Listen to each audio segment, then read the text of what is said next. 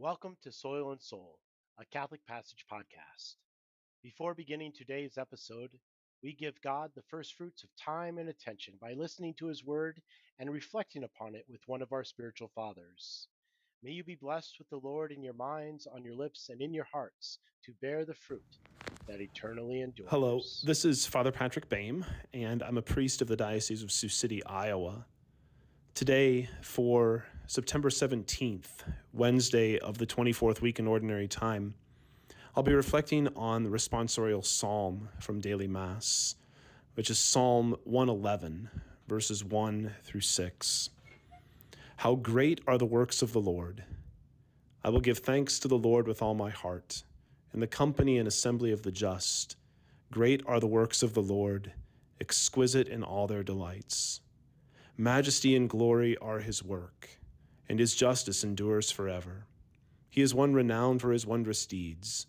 Gracious and merciful is the Lord. He has given food to those who fear him. He will forever be mindful of his covenant. He has made known to his people the power of his works, giving them the inheritance of the nations. I'm not sure that much needs to be said regarding this psalm to you who are farmers, who are listening to this Soil and Soul podcast. The truth is that you, perhaps more than anyone else, recognize how great are the works of the Lord. Because you plant seed in the ground in March or April, and then in the fall, corn and beans and whatever else you happen to be growing is ready to be harvested. How does that work? I don't know. But it's a remarkable gift that this tiny little seed, in just a few months' time, grows into a large plant that can be harvested and used to feed the world. It's important that we recognize the works of the Lord in every aspect of our life. One of my seminary formators, Monsignor Michael Glenn, God rest his soul, would say to us in seminary that it's a great exercise every day to think of three things that the Lord has done for you for which you are grateful. Three blessings that the Lord has bestowed upon you. Sometimes these blessings are obvious. A promotion at work, maybe the person that you had a crush on said yes when you asked her out. There could be any number of blessings. Your child does well at school, whatever it might be. But we also can grow to see blessings in difficulties. There's a popular contemporary Christian worship song that came out some years ago.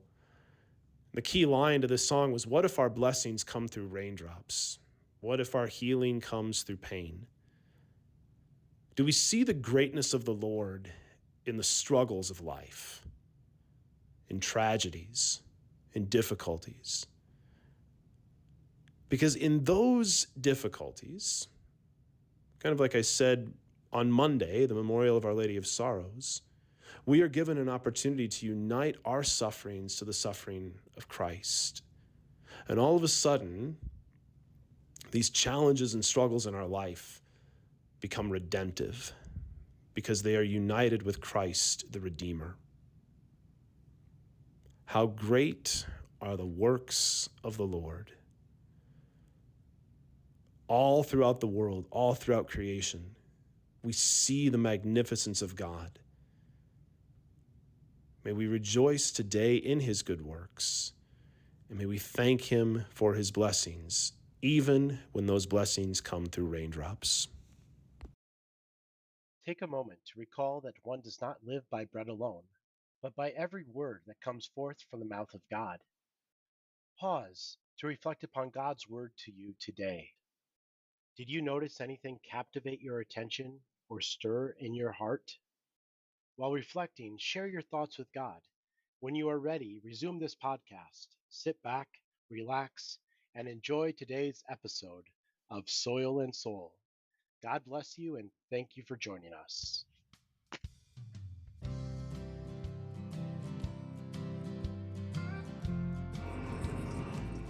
Welcome to Soil and Soul, a new Christian podcast for those who want to invest in yields that count most. 5 days a week during planting and harvest seasons, Soil and Soul looks to help you sow seeds and reap a golden harvest.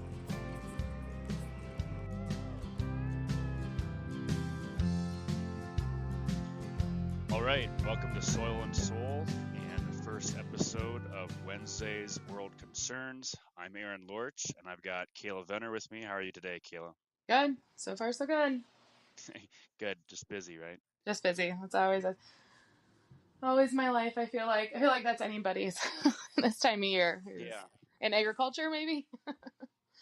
exactly. And would you say your life gets more hectic during the harvest season than even planting per se Yeah. because the longer hours or Yeah. I think it's longer hours, and the harvest season is just a longer season, than planting, because there's just so much more field work that goes along with harvest than planting.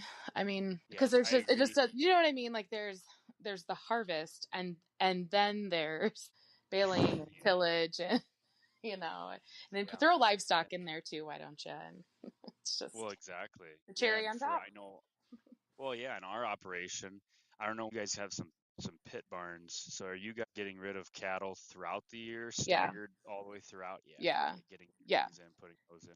Okay. So we actually do an all in, all out. So we get like all of our cattle in during the month of December, and then they all go out in November as we're kind of finishing up harvest. So it's kind of crazy. It's like 5 truckloads a day in the first Oh thing in the morning. gosh, oh Uh, gosh.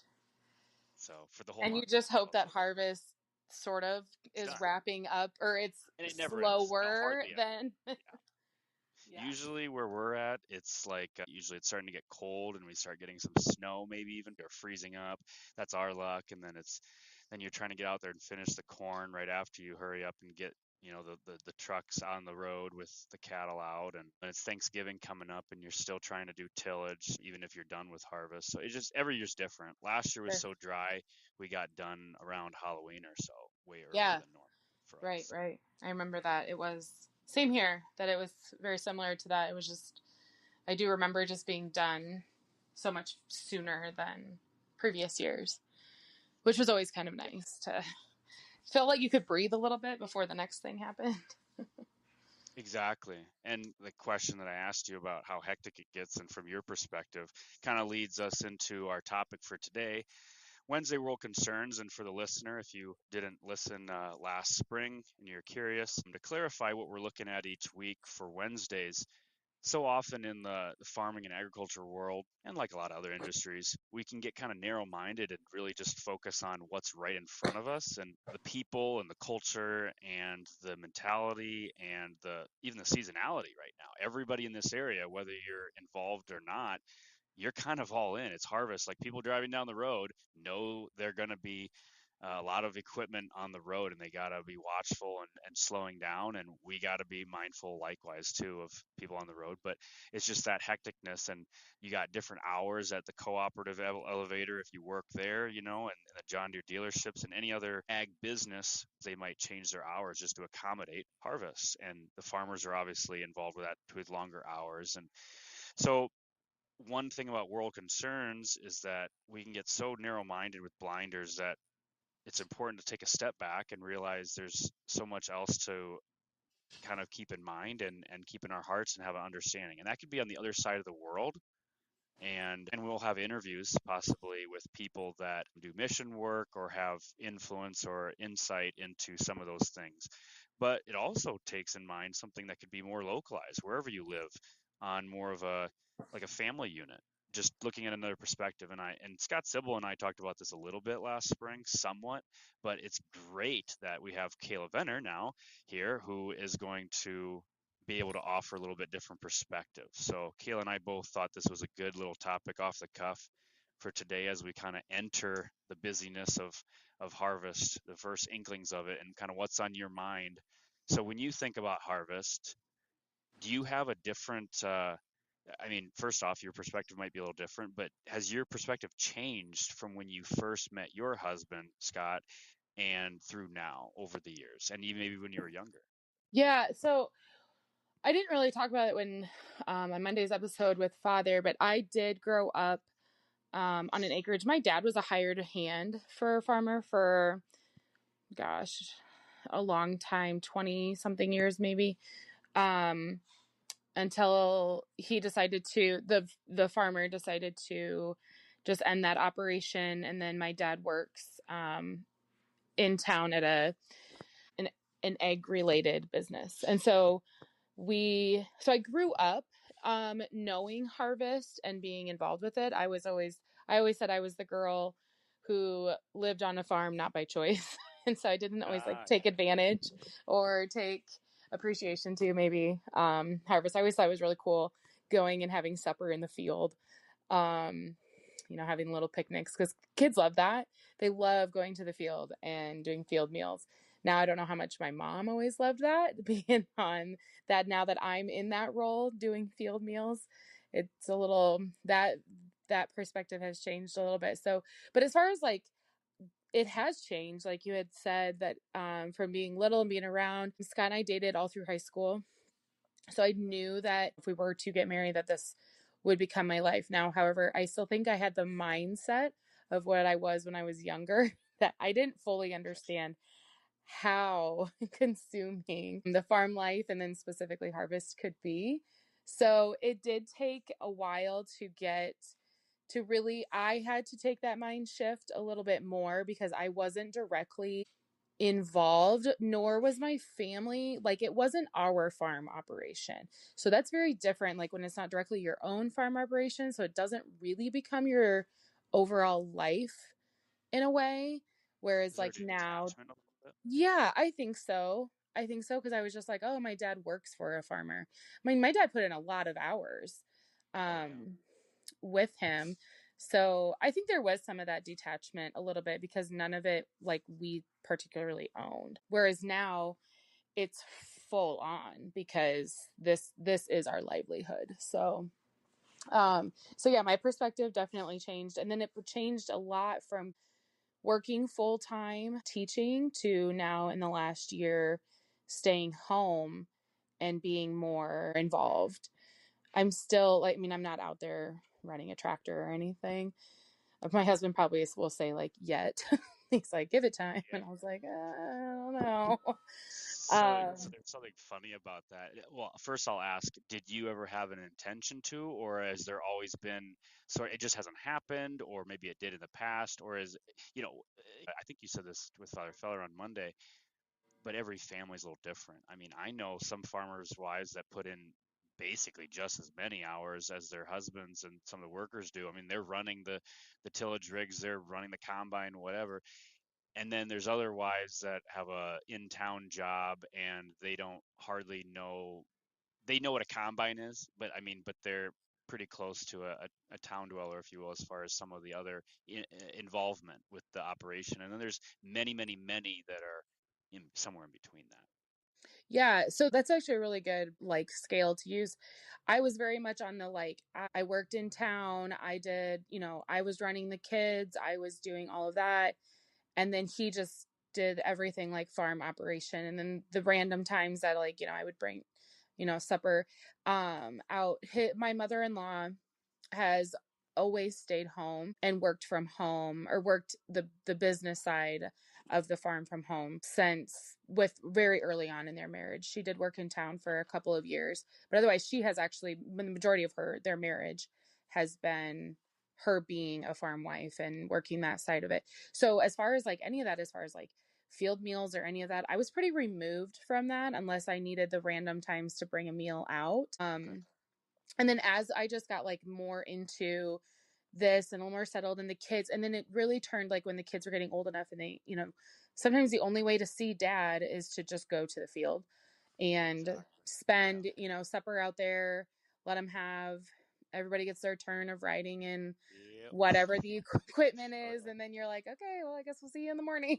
And, and then getting them off to bed and then just also activities. Somebody's got to run them to the activities and whatever. But now that I am home, I would say it was stressful for sure on our home life a little bit, finding that balance. It wasn't always sunshine and rainbows. And I'm sure your wife would probably maybe echo that too, of like, it's hard being a farm wife sometimes. And I think, but then I also have to, Scott was always so great about reminding me and very gently reminding me that it's also very hard on the farmer too when they don't get to see the kids do their activities. They don't get to do supper at home with the rest of us, and they don't get to do bedtime or just hear about the days. They always have to hear about it like secondhand. So After the fact. yeah, and like that was a really good perspective for me because I do get to experience all of that with them, and he doesn't. And so it's just a sacrifice on both ends. But now that I'm home, the shift is happening a little bit different. I get to see him more often. There's a lot more flexibility in being home. So I also see how the daily operation works way more than I did prior to, because there's a lot of times that I'm like, you said you were going to be home in an hour, and that's 3 hours ago. And now I'm like, oh, I get how that very quickly changed because it became a snowball effect of things and stuff. So yeah, I think perspective is big, and it's different. I'm becoming the parts runner, field meal things, or hey, can you pick me up and shuffle me to this location? And that's been like really good to see how all that happens as well. Otherwise, I was pretty removed from it. Sure. Have you ever had anything to do with like running the books or whatnot? I'm just curious because there's Yes. different roles there. My mom has always Um, done that for our business. yeah, so it's um anything that is directly related specifically to Scott and I. So we are in kind of this, it's with his parents, it's a yours, mine, and ours situation. And the tide is changing a little bit, that his parents are getting closer to retirement and wanting to ease out a little bit, and they want to retire. But I always joked, does a farmer actually ever retire? So No. Next thing I was going to ask jokingly is say like, oh, so his parents are like 95 then, huh? yeah, I think the only way to retire is when God calls you home. And so I think it's more of like a slow down. They don't want to be as involved in maybe the business side of it. And so that will be, that transition is kind of starting to happen. His mom has done all of the book work for them for the last 40 years or whatever it's been. So some of that will start to happen. I always joke with her. I'm like, I'm available to, so just pass on whatever you want to pass on. And she's like, if I give you one, 5 more things come with it, because there's just so many things that are like interwebbed together. And That's how it so goes. she's like, so I don't know what I can really give you that doesn't require me to also give you more things. So now that we kind of took the break of not having me jump in fully until, because I was just having the baby last October. What a great time to have a baby, if you're married to a farmer. Right. So Right. actually, this is kind Back of in the day, farmers would. Oh no, go ahead. Go ahead. kind of a side note of like, so we have 4 kids. 2 of our kids have one is late April, early May, and then our other 2 are middle of October. So terrible timing for. It's almost like you guys didn't plan it that way on purpose. Did not at all. All 4 of ours are God's timing kids. So, and I Yeah. also have to laugh that like God really loves humor because Oh this, yes, his I'm grace. just like, really, this is when it is. So yeah, so we kind of had, his mom and I had kind of agreed to like, let me get through a year of like being home for just not teaching, and then also like with the baby. So letting that happen a little bit and then settling in, and then we actually switched houses until they're building a house. And so we actually traded houses, and so we moved on to the home place. And so that transition happened. There's just been a lot to where the book work side is not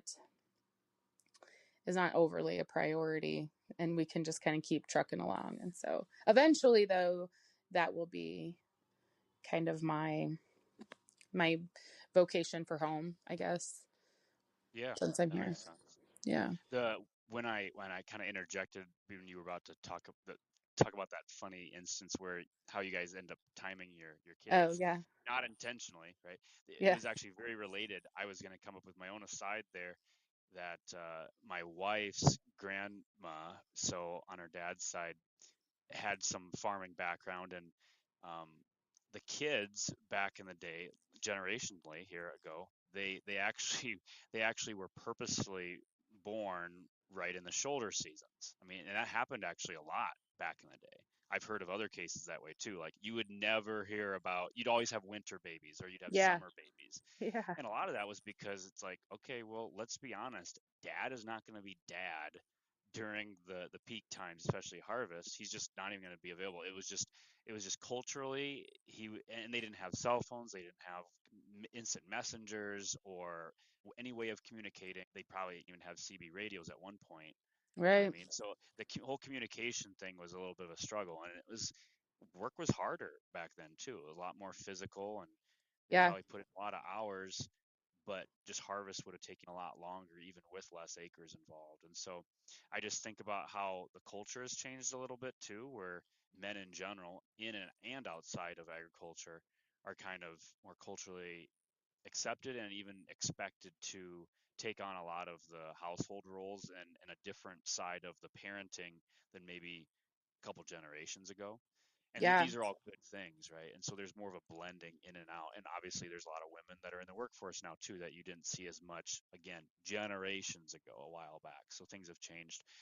That'd be kind of a good segue, I think, looking at kind of your perspective too. Have you seen kind of a balance, a way of where your husband is able to kind of look at your perspective, and maybe you can't speak for him, but is there a chance that he has had a perspective change a little bit over time from just seeing the farm side of things with his family's operation, and then coming from your point of view, and you got to look at because I know for myself, my wife came from the city, and um, I've only known the farm life in the small town rural, and I've kind of had a shift in perspective somewhat, or at least I'm trying anyway. It's a work in progress, if you will, of trying to blend these perspectives. Yeah, especially because I mean, we both grew up in this area, so I'm familiar, living in rural Iowa and a very predominant farm community. But he has always known, his mom to stay home and raise them and be always available, to having the flexibility to be available with whatever the farm demanded of her of the time. So it was a balance for him as well when I was working, that I that I wasn't always available, and the kids weren't home until whatever time and activities and things like that. Like that was a new perspective for him, just because he had always known a stay-at-home mom side. Yeah, um same here. yeah, so that was kind of interesting, I guess. And I had always known my mom to work, so I just was like, yeah, it's just what we do, kind of a thing. And we just kind of, we'll see in November, kind that perspective of like, yep, dad's in the field all the time. So, but then it was, taking the time to also be intentional of when we are together and seeing each other as a family, and really taking advantage of rain days or what have you, when it came up. So I think he had that perspective a little bit. He's probably way more patient and adaptable as far as all of it goes than maybe I am always. That I want. I see not all of our friends. We do have really good friends who are in agriculture, but there are also some of our friends that both of them have that very typical 9 to 5, Monday through Friday thing, where dad's coaching soccer and mom's doing this, and they have their weekends available, and they're going to the pumpkin patch together as a family and getting all the cute pictures and all that kind of stuff that you do in the fall, and that I always kind of wanted. And he was like, yeah, nope, that's not going to Yeah, work. He's yeah, like, you can take the kids to the pumpkin patch, and I was like, yeah, but I always want us to go together. He's like, if it rains, we can go. But who wants to Yeah, go to how a often have pumpkin I said that patch? one? Well, if Yes. it rains, well, is it going to rain? Well, I don't know. That's all that you can ever hear, right? Is I don't know. What time are you going to be in? I don't know. I Are don't you going to be in know. the field tomorrow, or can we go do something else tomorrow evening? Well, I don't know. Yes, yes, So I can yes. understand it. There's a frustration there, Yep. and what I think it's good for farmers' wives to know is that it's frustrating for their husbands as well, because we want to be there. We want to be and doing these activities. There's that sacrifice that ultimately is made by the whole family, and that's an unfortunate thing, but that's part of that family culture that gets kind of signed up for ultimately. Yeah, And a hundred and you just percent. got to make the most of it. And between the picnics in the, if you, I like that phrase that you said, picnic in the combine cab and the tractor, whatever Mm-hmm. piece of equipment, and taking advantage of the moments. I think that's really good that you were mentioning there. When you do have a rain day and you're going to be coming in decent in the evening, well, that's a time to, if you could know enough in advance, try to line up a babysitter or something, and go have like a dinner date, or take the, even better yet, take the kids out and do something together as a family, even if it's going and getting ice cream or something, Right, you know. right. Um, Yeah, or even just like let's just make sure that like right now let's play a quick game of like Old Maid or something and before bed. And it's always it never fails where to me that was another thing too of like when they come in he's like, yeah, I think I'll be in at a decent time. Well, the decent time is for moms and kids is like anytime before bedtime, right? You're like, yes, like be here for bedtime or before, that would be great. And for the farmer, it's like, yeah, I'm going to be in before 9. Like this is going to be awesome. yeah, And I was always like, wake them no, it's up, either or it's they either were just winding down, and then you get them all worked up, and so yes. it's not ideal, really. Yes, yes, exactly. And I remember so many times telling Scott that, if you're not in by bedtime, then you might as well stay out till midnight because after that, I mean, and it's just me. And so he's like, "Well, I Yeah, want to see you too." And I was like, "Yeah, I could have really helped you wrangle these kids around bedtime." So, but yeah, it's taking advantage of like anything, whether it's just really quickly, like let's just play a game or like let's watch one of their stupid shows that they want to watch, but they just think it's so cool that we can all watch it together. Or yeah, yeah, but if it is like a Sunday afternoon and it has rained and you can't get in the field yet, but it's still decent enough to maybe do something, then yeah, just like anything that you can just do for a couple hours to just kind of everybody gets a little rejuvenated, I think, from that. You kind of fill each other's cups and then go again. And so, yeah. Sometimes it doesn't even take that long either. no, Those cups can be filled in a couple hours. It doesn't have to be an all day thing either, although it's ideal when you can make those things. But yeah. I don't underestimate, I think, the value of taking those couple hours versus like, okay, well, I only got a couple hours here, maybe I'm going to catch up on sleep. Harvest isn't for sleep. Let's If you got to balance the other things first, I think. Yeah, yeah. It's always funny because every, I think you and I have mentioned it, and Father has mentioned it for sure that you prioritize, your three F's, and it's faith, family, and farming. And then then Father asked, which order do they go in? And I said, well, Yeah, faith is always first, and then the other two, it's kind of a it's tough, it's isn't it? it's tough which one it is and what season it is.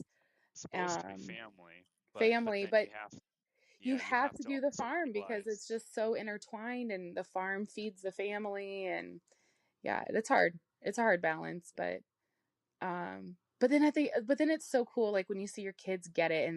And my kids love this time of year, and I love that they love it. We just talked about it. They're getting going. And my girls are so funny because they're like, we love harvest because that's when you make the best meals because you're always bringing something out to the guys and whatever. And my oldest is like, yeah, it's like you want to like impress them or something and make these really awesome meals. And I'm like, I don't know why I'm like that, and I don't do it the rest of the year, but I do. And then our 9-year-old, he's just this little farmer. Just this morning, for instance, he got up and he opened the front door to listen to the dryer if it was still running. And my husband's like, I don't know if it's that one or if it's the fan on the bin closest. And he got dressed and threw his boots on, and he's like, I'll just go check all of it real quick.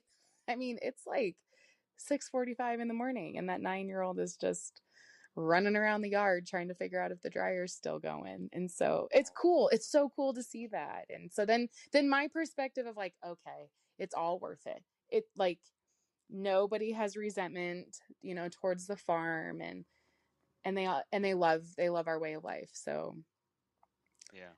That's and well then said. you realize you're like, we're doing it. Like it's all for good. So Exactly. And that's where it come to a head when it's not just a job. It's not just something that can hopefully provide for your family. It's so much more. It's a lifestyle that truly integrates family within. That's why it was, you were saying, oh, it's kind of hard to put one above the other. They're so intertwined, so uniquely that way. yeah. And Yeah. I guess There's as we go ahead. there's not a lot of, I mean, when you really think about like occupations and things like that, there really are not many, or if there are, that are so closely intertwined like that really just become like it is your life. And they have to balance each other out. And Exactly.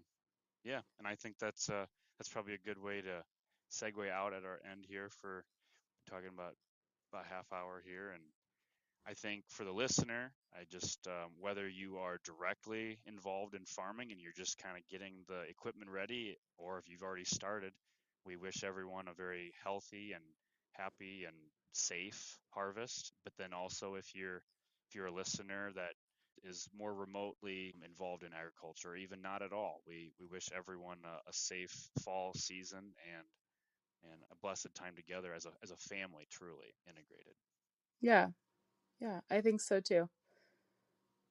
All right. Well, everyone take care and God bless.